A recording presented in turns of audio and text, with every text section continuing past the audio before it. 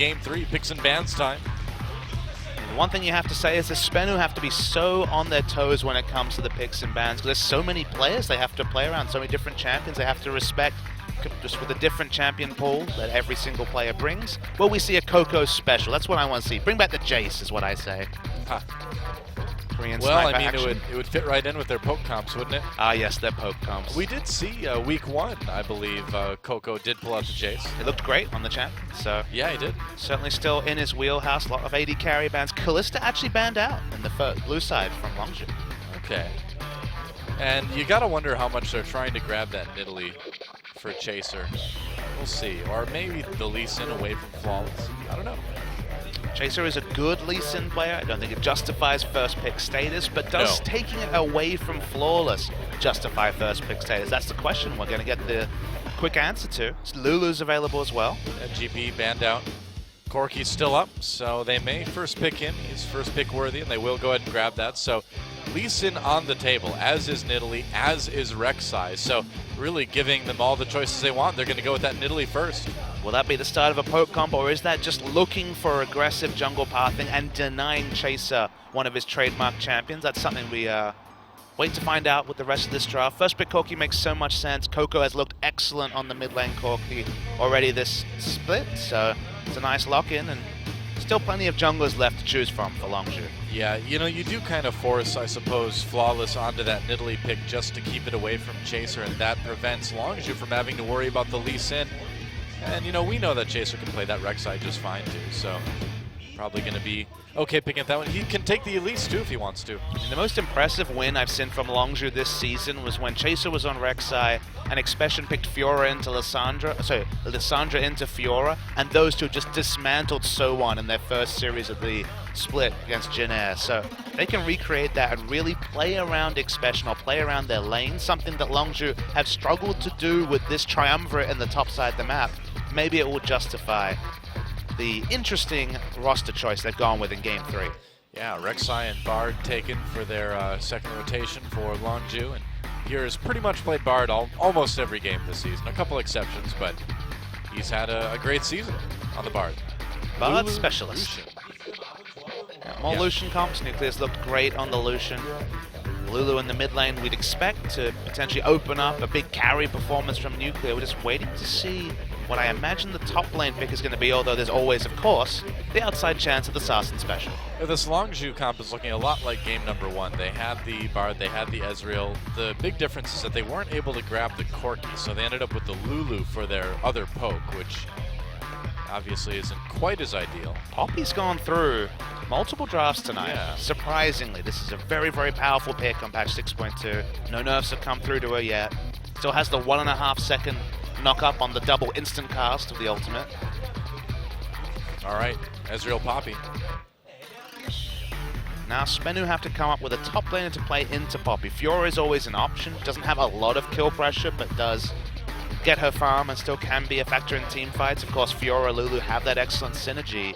Will we just see the Lulu flex to top, though? There's the outside potential of that. I mean, we talked about the win rate of top Lulu in Champions so far. It's like 23% right now. It's really low. So it'd be a bit of a risk, statistically speaking, to put that Lulu in top for Sol, and Sol isn't exactly the strongest top laner anyway. It's hard to pass up that Victor in mid, though, isn't it? There's also a lot of kill pressure from Rek'Sai Poppy onto this Lulu, even with the wild growth. You stun her against the wall, lay a CC, she's dead. She has very low base stats until she pops the wild growth. So now, if they were to go for Trundle, it would be a top lane Trundle then, I would imagine.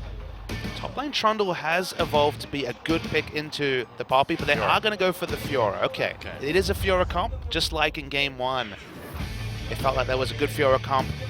Potentially they weren't able to act upon. That was Longzhu that time. This time it's SBENU that have a good Fiora comp, but the laning phase against Poppy is not as an easy one for the Fiora. Yeah, SBENU has a good amount of poke in this Lulu Graves, I suppose. They have good team fight. They don't have initiate though, so they definitely want to be controlling the objectives. They're kiting backwards, and then you get the Fiora flank into the wild growth. Great team fight comp, but when it comes to actually getting a pick options almost entirely absent. Longzhu looks a little bit better in the team fight, don't they? Surprising. It definitely hasn't been their wheelhouse in their previous matches, but in this particular game they've picked for the team fight. Poppy is just a monster in team fights. They have more flexible options, but if SBENU can control, crucially, the dragons, I think they're in a great spot. True enough. We will see. Longzhu and SBENU all tied up, and this is SBENU's big chance to get their first match win of the season. So far, they are sitting in 10th with no wins at all. They won against this lineup in game 1. Outside chance, they can do it again. We'll see. I mean, it did take kind of a bad team fight from Longzhu to give that game to SBENU. So if Longzhu plays things a little bit tighter, you'd expect them to be able to take the 2-1. Stranger things have happened, though, in Champions. We'll have to just wait and see as we move into game number 3 between Longzhu and SBENU. It's time, guys. Let's get in the game. Everybody wants to rule the world. There's a room where the light won't find you. Holding hands. There's a room where the light won't find you. All right, doesn't sound like a very fun room to be in. Sounds like a dungeon. I know, I don't want to be in the dungeon. Longzhu versus SBENU. Both teams moving out onto Summoner's Rift for our third game, our final game in this first best of 3. You have to feel like, once again, it might be all about flawless. They've had 3 game wins this season. 2 of them have been flawless MVP performances. Crucially on the Lee Sin, that he's not on this game, was available. Longzhu definitely the first team that all 3 games allow Lee Sin to be available. Only 1 pick of it. Ouch. Wow. His expression, I don't know if he was watching his screen when he got chunked out a little bit, but no real kill pressure from Fiora at level 1. Bit awkward. Yep. See the Masteries. A lot of Thunderlords over on the side of Longzhu. The Windspeaker's Blessing from Alistar, of course, this is something that's actually going to be nerfed, the interaction between Alistar and this Keystone in the next patch. They're nerfing the cooldown on Alistar's heal, because the big thing right now is that with it at 12 seconds in laning phase, you're consistently giving that armor and MR over, and even in a siege, with minions dying, with champions dying, you keep almost permanent uptime on armor and magic resist to go along with the heals he's giving. So nerfing that cooldown makes that synergy a little bit worse. Right. Still a pretty strong Keystone Mastery, it seems like. Will we see standard lanes? It looks like we will. Yeah, Captain Jack and Pure just taking one of the mini blue sentinel guys, I guess, whatever you want to call it. I believe you're correct. I think you're nailing that one. There's Brambleback Pit, there's mini blue sentinels. Yep. We know the party at the Bramble Pit. That's yes. where all the action happens. One of Rivington's best parties. But we don't know about the blue buff. There's no parties there. No? Sometimes. If Anivia's in the game, there's often a party at the blue buff. Could be. But standard lanes, this is something that's different. What does this favor? Well, in terms of laning phase, it's Lucian Alistar, so the answer's SBENU, but Longzhu does have that extra experience, and it's hard to say whether SBENU know to respect the quicker level 2 ping. Yeah, I mean, they've got pretty good sustain on both sides between Pierce W and the heal from Alistar as well. But It's it's all Ezreal about- on the laning phase. It's going to build a tier. It's going to want to scale up. Lucian Right. has a much stronger level 2, but it's this level 2 spike that's meant that Nuclear's almost poked out a lane. I was going to say, speaking of level 2, Pure and Captain Jack really making the most of theirs. And if Pure had been able to land a nice Cosmic Binding, they might have been able to get a flash or a heal. But as is, they've really got lane dominance so far. It's a real thinking man's call. So they popped down that ward to deny the Gromp, and then knew that they could pick up the Blue Sentinel almost instantly and get back to lane in time. And just have that experience advantage. It's just really good heads-up laning by Longzhu. Yeah. Not bad. And it is interesting to see standard lanes. We just don't see that a whole lot right now in the Korean scene.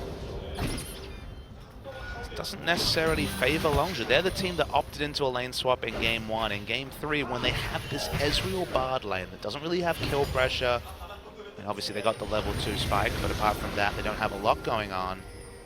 Well, they've got a huge CS lead for Nuclear initially. And that might eventually be wrestled back, but this laning phase doesn't get better for Longzhu just because this early advantage, this early farm buys Captain Jack a tier faster. It doesn't buy him any combat stats. So they're opting into a difficult laning phase, but this is just at least a difference. It's the same lineup from game 1 on the same side of the map, but they're going for something different because they recognized their plan in game 1 did not work.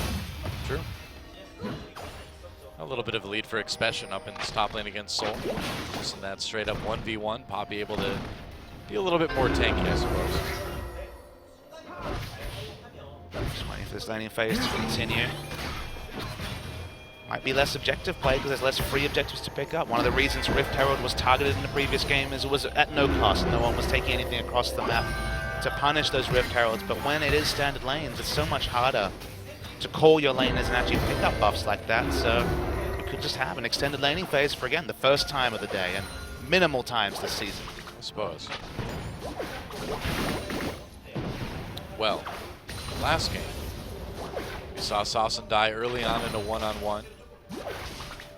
See if Coco wants to try to recreate that, but I think he'll probably play things a bit safer.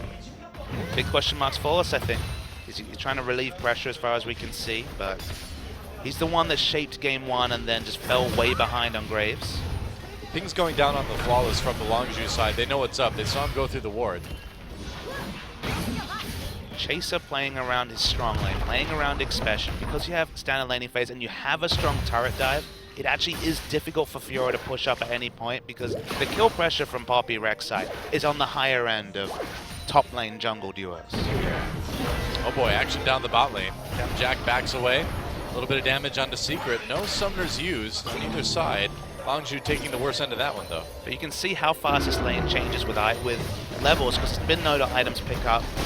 There's a bit of a CS advantage for Ezreal, but there's just no way for Bard Ezreal to trade with the all-in potential of Nuclear and Secret on this Lucian Alistar that we've talked about so much this season. Should have gone with Blitzcrank. Oh well. No, I'm just kidding. Nobody should play Blitzcrank right now. There's always a situation for Blitzcrank, but it is a little bit few and far between. Yeah. Not really much more.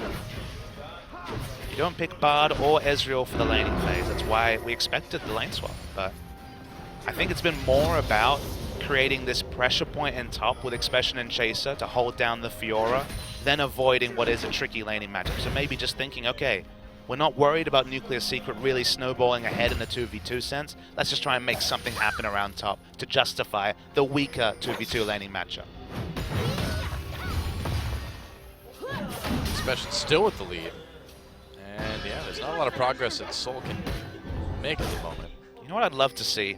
I'd love to see a heat map of Chaser and Crash in their early jungle pathing because it feels like Chaser's always on his side of the jungle and it feels like Crash almost never is. Yeah, it's interesting. The Crash is like Ambition if Ambition didn't die constantly in the enemy jungle. Well, Ambition wouldn't be Ambition if he didn't die all the time. Yeah, Soul trying to set up a bit of a bait, but he gets a little bit too low. There we go. There's Chaser in the enemy jungle for you. That's Ambition. Kind of announces his position though. Yep. Go for the Krugs and he gets it. Smites it away from Flawless. Look, Flawless won't mind just farming his side of the map. Chaser's not making map pressure, so this time though, he is around the red buff spawn timer. Whoa, meanwhile, first blood down in bot lane. We didn't even get to see that one. Action up in the jungle now as Flawless has to flash away from Chaser. Coco and Expression following. But apparently, there was a 2v2 in bot where Captain Jack and Pure actually got the kill in the Nuclear. Let's see how this happened. The Secret's just brawling. He must have his cooldowns down. Just end up dying. Double flash on top of him. The Ignite comes through. Secret's just a onlooker for that fight.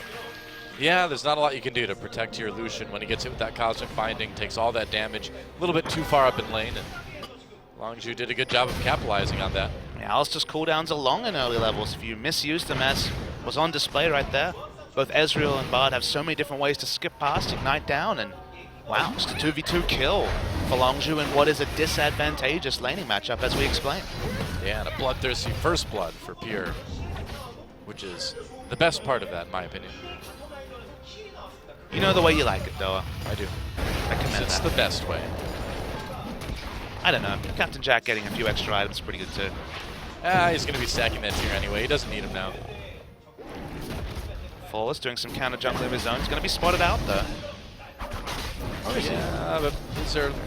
I don't know. I feel like Pierce saw him, but there just wasn't a lot he could do about it. I think he pulled both the little lizard and the big lizard into the camp, so actually maybe wasn't spotted there. Ends up surprised. Could be. Back to the laning phase, although much more exciting because there's actually turrets up. Yeah. Expression still with that nice lead up in top lane. Still a nice lead for Captain Jack, and extending that after Nuclear was dead for a little while. That helps. No junglers paying attention to the bottom lane. There's actually a lot of pick pressure between the Rek'Sai and then the Bard ultimate. Could be some flash on burrow shenanigans where the flash is down. This time though, looking to punish Fiora in top. Yep, time to dive. Soul thrown against the wall there. Chaser misses his Prey Seeker, but he's still going to get the kill anyway. TP coming in, and Saucin, I don't think that's where you want to be right now, buddy. Well, maybe you do. Chaser gives him a kill, and Expression not taking too much damage as Coco able to tank the turret and allow Expression to pick up that one. That should actually have been 2 clean kills for Longzhu. That was a big mistake from Chaser. He thought he had dropped aggro and hadn't, so he just crucially died. Even with the heal being used from Coco to give him, theoretically, that extra little bit wasn't enough. So yeah, it was sloppy, a bit sloppy. But sloppy from both sides. Saucin teleported in far, far too late. There was no hope of him saving his laner and Soul, and ended up giving up a kill. So all in all, advantage Longzhu. A nice poke onto Nuclear, and Nuclear without those summoner spells right now needs to play this lane very, very carefully.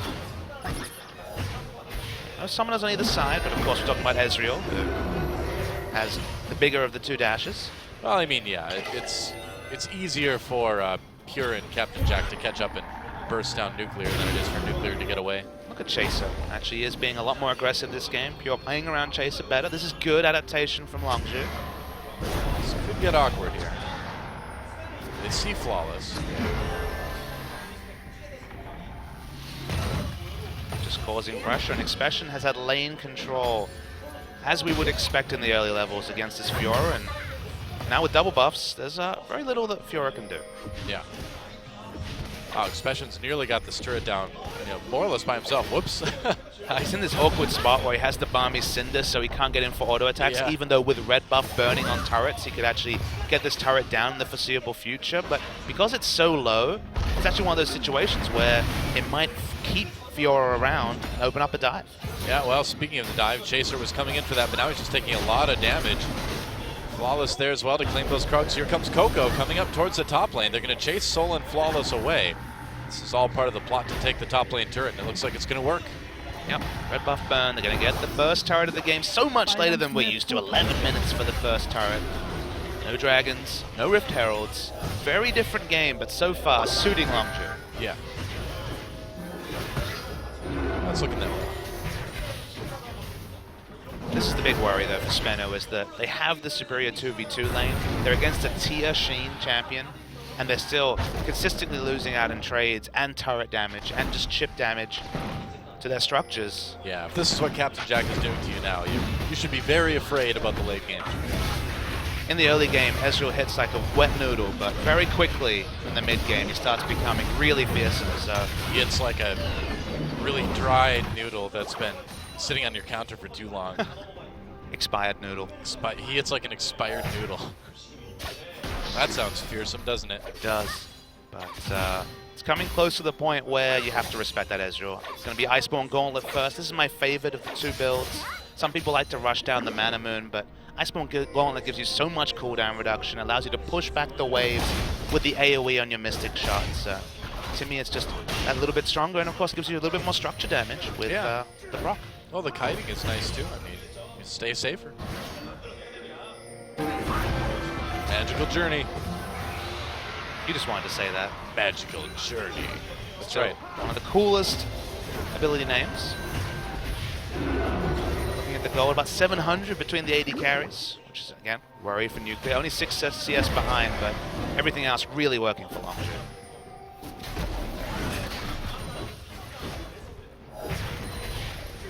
Just look how far Expression can overextend on top. They know Nidalee's in the bottom side of the map. They know that Expression has no worries whatsoever about Soul's Fiora, so just steal jungle camps. He might even go and try and steal this red. Yeah. In the bot, though. Captain Jack sensing a possible engage from Secret. Should be okay. Yeah, I mean, this is just giving Longzhu a lot of time to spend in the enemy jungle too up at top. Well, this is going to be a team fight menace, this Poppy. Stealing so. reds, easily winning lane. Of course, Fiora will eventually get her items. More and more like 30, 35 minutes, and Longzhu could have a big lead before that ever happens. They could. Right now, all of the lanes ahead for Longzhu. And it may be time for a dragon here pretty soon. getting position on it, but Flawless and Secret there to relieve pressure. So for now, no dice in the Dragon counter. Special going for a walk across the map. He's bored. Yeah, why not? Well, there's a wave clear. Captain Jack's very low on mana, so that might be why Nidalee stayed in lane alone, forcing the first recall from Captain Jack, allowing SBENU to reset that lane as they please. He's not gone yet. Well, he's only got about 2 Mystic shots left in him. And here comes Chaser, and here comes Coco too. Teleport up for Sauce and Soul. They can join if they want to. Oh, doesn't hit with the Bard ult, but they do a lot of damage to Flawless. Nuclear trying to turn it around. Did they get the kill on Captain Jack? They do. SBENU turns it, but they may lose more in the end. No, there goes Coco, and SBENU comes out ahead. 1 for 2. Flawless doesn't quite take enough damage to die. That was not the greatest gank by Longzhu. It's just a really bizarre force. Remember, they're the ones that used the ultimate. They're the ones that wanted to fight, despite the fact that Captain Jack was literally useless. There's nothing he can do. Well, they've got a lead too. They don't really need to do this. They call in the teleport, even though they're out of position. Nuclear goes Rambo. That's what he needed to do. He was going to die one way or the other, but Coco also dies to the Grand Challenge. So the teleport from Fiora is much more on point than what Expression was able to put down. And yeah, SBENU rescue a little bit of momentum after kind of being bled out of the first 15 minutes. Yeah, and that momentum is just kind of handed to them on a silver platter by Longzhu too. That seemed like a bad idea, you know? Can we be surprised that when you change 3 members of your lineup for against Hello. oh boy. Here comes a package. Secret trying to clear a ward, but he may get more than he bargained for. Headbutt against Coco, just trying to make it out, but it's going to be a kill for Longzhu in the end anyway. It's a nice force, but just coming back to the point, can we be surprised that shot calling kind of wavers depending on engage, wavers depending on game, when you're wholesale changing your lineup 3 games in a row? Yeah, I mean, the Longzhu game 2 looked a lot more decisive in a good way. But this has been a welcome return to form for the core of Expression, Chaser, and Coco. It's been a big improvement compared to game 1, and even the last couple of times we saw these guys on the Rift, so good to see them appearing competitive. It's good to have 10 players, maybe 8 at this point, but theoretically 10 players who can all argue for a starting spot for Longzhu. I suppose.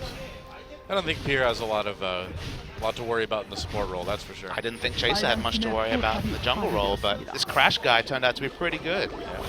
They're going to try to catch Expression here. Expression using his ult to push Soul away for the moment, or just knock him up anyway. There's the flash, dodges a spear, turns around. He's still in trouble though. No summoners. There's the Tempered Fate. Can they actually get there in time to save him? Pure is trying. He's got the W, keeps him alive just barely. There's the shield, and Expression manages to make it to safety. What a save by Pure. And there was a split call from SBENU. You noticed that Soul dropped out when he knew that the Grand Challenge stacks would drop off.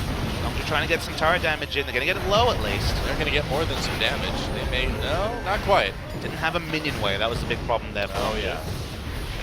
You kind of need those. Even with strong turret damage, couldn't quite take it down. Lucian's going to stick around. Oh, here's one. There's a mid-range. Not quite able Not enough. to force the mid lane turret. So we're back to this. Oh goody. It was a very short magical journey. It's more like a magical jog. I mean, to be honest, this particular skin ice skates around the map, so he's kind of always on a bit of a magical jog. It's true. A magical trip. It's a little bit shorter than a journey. A magical weekend. It sounds more like something you advertise to get people to come to Summoner's Rift, and then when they get here, it's not exactly a wonderful, relaxing vacation weekend you're told it was going to be. It is a nice long vacation, though. Maybe you'll get more time than you expect. But the whole like being forced to fight to the death thing probably isn't quite great. SBENU going for their first dragon for anybody here in about 18 minutes. They will take it. Meanwhile, Rift Herald taken by Longzhu. I think Dragon for Rift Herald, definitely advantage first Dragon, but remains to be seen what Longzhu can do with this Rift Herald buff. The answer consistently has been not much in basically every game we see. Yeah, I'm surprised that they'd make that kind of trade, but it seems like they just weren't ready to contest the dragon.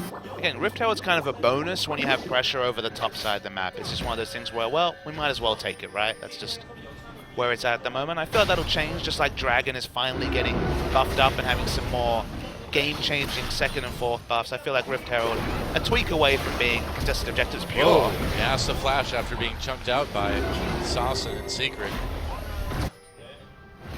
This is the worry, though, for SBENU, is that Fiora should be at the stage where she's trying to really get in the face and maybe at least attempt to dual Poppy, but she's 2 levels and 50 CS behind, so no hopes of that. Well, Seoul just continues to not look like the strongest top laner we've got here in Korea, to say the least. It's definitely one of the lower tier ones, but it was a good Quinn performance in game 1. The Fiora, though, leaving a bit to be desired. It's a bit push fun for Saucon. Yeah, they may try to come in behind Saucon here. No, it doesn't look like it. Just gonna recall. The cackles. Yeah.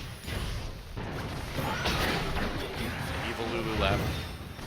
She is a menace, that one. I feel like some champions come into the meta and they're quickly forced out. Ringglaive Ezreal didn't last very long, for example, and things like that, but Lulu seems to last forever. Forever Lulu Well, mid. she's got such good utility, you know? Sure, but there's a way to force her out of the meta. Yeah. How's that? I mean, the big change I always wanted for Lulu was to remove the AP ratio on her Whimsy. Just seems unnecessary to have a champion that gives someone 700 MS. Well, somebody's going to go after Lulu anyway, even if it's not Riot. Saucon flashes to try to avoid it. There's a wild growth. Still taking a lot of damage, though. And he will give a kill over to Chaser. And caught there. Longzhu playing around where they had advantage. Multiple members above. Oh boy, very close for the spear for Flawless, but It's a good attempt. they're able to relieve pressure in the mid lane and potentially apply a whole lot of pressure to this inner turret in the bottom. Saucon clearly having some issues after being killed off for the second time, and Longzhu gets to put a good amount of siege onto this tier 2 turret down in bot lane. It's double AD, so plenty of turret damage, but for now the 3-man members of SBENU are doing on a decent job keeping it, but look at the price they're paying to just even keep this competitive. They lose their mid lane turret. Remember, mid lane, the most important turret, and Soul's only now starting to wail away, and now it's going to have to back away from this top lane turret. Yeah, that little pick onto Saucon seems to have really opened up the game for Longzhu, getting the mid lane turret, doing a lot of damage to the tier 2 in bottom, the tier 2 in mid. It's a good start. They lost basically half their inner turrets and an outer mid lane turret, and a kill. That was such a momentum change, or a momentum extension. Longzhu's always been on the advantage this game, but they're starting to really grow their out. 7,000 gold now at 22 minutes. Yeah. Just doesn't feel like the late game insurance of the Fiora is going to pay off. Just so many items behind. 2 armor items already, and now magic resist being built by Expression. Oh, there's the ult. Just trying to send some minions away, I guess.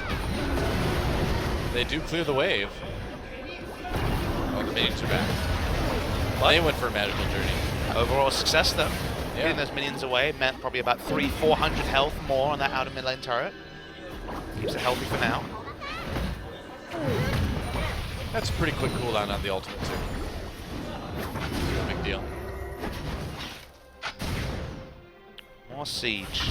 SBENU just doesn't seem to have control in any map. That's usually the sign of a team that's at the mercy of the enemy, is that they've never had control on top. That's always been about the Poppy. Ever since that fast level 2, they've struggled even in bot lane. Despite wrestling them back here, between here and there, and mid lane Corki's always going to be in a decent spot in mid, so long as they just have applied pressure. And Chaser, actually, his step up this game, it's not quite Crash, but it's been good to see him running the enemy jungle rather than just being the more farm jungler we've seen previously. Yeah. The next dragon should be about 2 minutes, if I remember right. Tier 2, taken by Longzhu. They've got more and more map pressure on. And they're leaving a lot of wards, too. Can he save the turret? I don't know. Soul seems looks like really scared by a full tank Rek'Sai. I guess so, yeah. Gonna lose the turret anyway. And Soul may pop that ultimate. He will. Going against the wall. Here comes Expression. Knocked up. Soul in trouble. Saucon TP'd up to try to help out. And now they're going to go after him. There's the ult coming in from Expression. This 2v2 continues. Coco and Flawless. Flawless actually zoning Coco out. But here comes Pure and Flawless on the run now. Saucon still in trouble. There's a tempered fate. They catch Flawless. True Shot Barrage nearly kills Soul. But the kills coming in for Longzhu now. Expansion with a nice knockback onto Secret. Secret has his ultimate. That Alistar is very tanky. Not tanky enough. Longzhu gets the big win in that team fight. Crazy extended fight that eventually led to a delayed 5v5, Wow. but SBENU just wasn't clear on their call. Soul's first reaction when he saw Rek'Sai was to back away, even though he had a teleport potentially to back him up. And by the time he re-engaged, he had no mana, so he just couldn't be a force in that long extended team fight, even though he didn't fall down. And the result is Longzhu just growing their lead now. 2 turrets down in the top lane. Only that mid lane inner turret left when it comes to inner turrets, and that one's on pretty low health itself. Pretty much. And now you'd have to say that SBENU is in a lot of trouble. They're definitely on emergencies, and it doesn't look like the Fury is going to be the tonic to get them back into it. Sassen getting caught led to such a cavalcade of objectives for Longzhu that the hole that put them in looks like a very difficult one to get out of, even though we're only talking about a 5-kill game. It's basically 9,000, coming close to 10,000 gold lead for Longzhu in 25 minutes. Flawless in a little bit of trouble. Expression and Chaser there. And should be able to make it out. Meanwhile, whoa, action on the bot lane. Goodbye, Sassen. Nuclear in trouble too. Magical Journey. That's another double kill coming in for Coco. Expression just slowing down Flawless. He's going to go and dash. Force falls back over the wall. Nice knockup for Chaser. 2-shot barrage misses, but that's another kill for Longzhu. Meanwhile, and yeah, Soul trying to split push a little bit, but I think Longzhu is going to be happy to trade a tier 2 for an inhibitor, if it even comes to that. there's no wave clear for 20 seconds. At minimum, they're going to get an inhibitor, even though they're starting to tank it up. Only Allison dissuade them. There's no way he can do that. It's going to be inhibitor for inner turret, which pretty simple when it comes to trades. And inhibitor goes down, and Longzhu in the driver's seat. Yep. Looking way more decisive again. I mean, it's surprising to see such a change, you know, after the way game 1 went, but you know, maybe Lustboy and the other coaches gave him a good talking to, and they're looking a lot better here in game 3. Look, grab their first dragon. It's a long season. This is a squad that realistically was never going to be pushing for first spot, just given the fact that you were putting so many new members together to form a team. But they just want to be within touching distance of the playoffs, and with a win here, they go to 4 wins along with the likes of Jin Air and SKT. So even though they've never really sorted out their identity, they're getting closer. SBENU's going for the desperate Baron, though. Yep, they got to try something here. Oh, Baron doing some damage. It could be bad. Yep, Baron going down very slowly. The rest of Longzhu is there. Chaser looking to go in and steal. Can he get it knocked out? Doesn't look like the steal will come in. No, they get the Baron, but will they survive to use it? Longzhu all over them. Another kill comes in. Already Nuclear taken out. A kill onto the other bot laner. Secret goes down, and Longzhu with the chase. Chaser trying to come in with the flank, and he should be able to get it. Look for a nice 3-man knockup here. Gets a 2-man knockup anyway. 2-shot barrage comes through with a chunk. There's Pure with nice cosmic binding for the kill onto Flawless. Another one onto Sassen as well, and only Soul makes it out with that Baron buff, and I think that's going to be the game.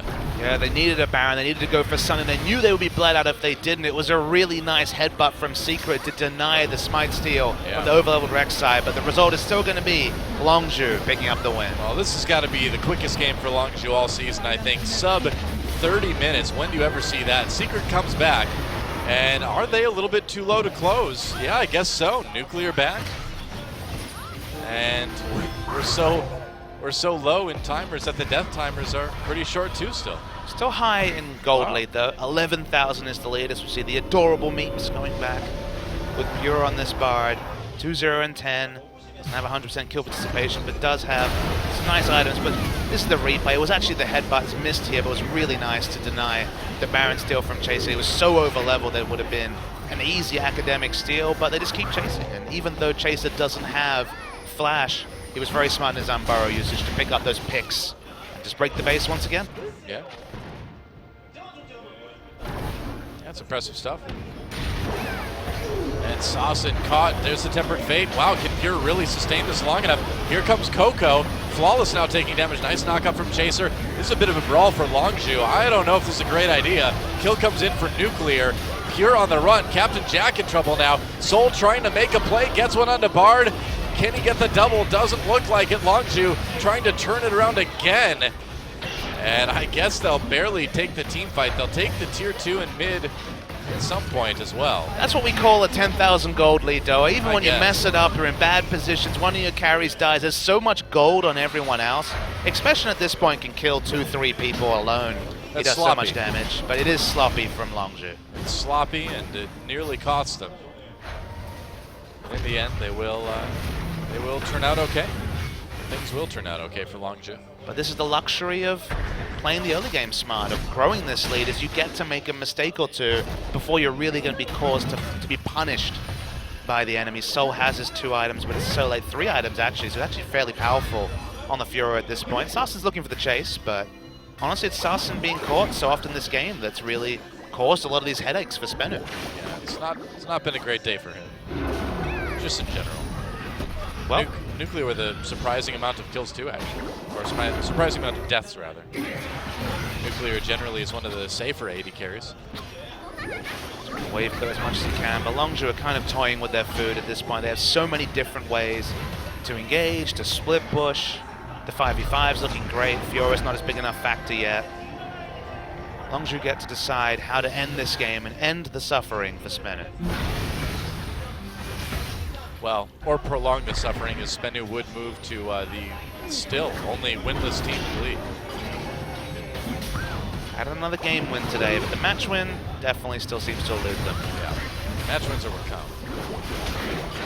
All right, Longzhu sieging this inhibitor turret. Nice combo, nice knockup. There goes Saucin in trouble again. Nuclear drops a culling, but it's just not doing too much. That's an odd magical journey. I guess they're going to go to the mid lane. Why, Coco and Expression seem to have things well under control as the kills keep coming in for Longzhu. And maybe now they can end this one. They lost Chaser. Don't need to kill this inhibitor, just being thorough. Don't really have the minion waves as the inhibitor. Actually, no, the inhibitor just came up to boss, and they do need to do it, but they may have it. Secret trying to make plays. Oh, there goes Nuclear. There goes Secret. So this should be the end of game number 3, and Longzhu, not the cleanest best of 3 we've seen, but in the end they still get the win. They're going to move to 4-3. GG. Big welcome return to form for the likes of Chaser, and Coco specifically had an objectively poor game in game 1 on the Lulu. Right. The Lulu curse comes to Sarsen this time. It was caught out so many times, a big contributor to SBENU falling behind in the mid game. But Coco, 10-2-8, magic damage crits in the late game with Corki. Pretty damn strong. You know, and a big part of this game, again, was just Saucin getting caught over and over on that Lulu. Obviously a disappointing performance, and it's a bummer, too, after they were able to, you know, win one in game number 1. Well, there goes that Lulu win rate. Both Sarsen and Coco certainly contributing to the win rate going down. I'd say so. Just every time, Coco was just bursting down Sarsen. Sarsen couldn't even ult. He would die to the big crits coming through with the mixed damage, physical magic. Longzhu looked a lot better in game 3. There was an improvement in game 2, and even though they wholesale changed the lineup, it was a gradual improvement over the course of a 3-game series from Longzhu game. I just like game 2 a little bit better, but a win is a win, right? We just want to see more of Crash. That guy. Yeah, pretty much. That guy's awesome. Crash, Flame, and Frozen. That's the trio I like on Longzhu, but when push comes to shove rather. Why is that such a hard sentence to say suddenly? I don't know. It's been a long series. We're not done yet, though, guys. Another best of 3 coming up between the Rocks Tigers and EM Fire. But right now, it's all about the big win for Longzhu. A steady year 2. They still got some tough games to come before the end of this round, though. So. Oh yeah, it's only going to get harder from here on for Longzhu. Don't go anywhere, guys. We'll be back with the winners interview in our second best of 3 right after this on Champion Spring.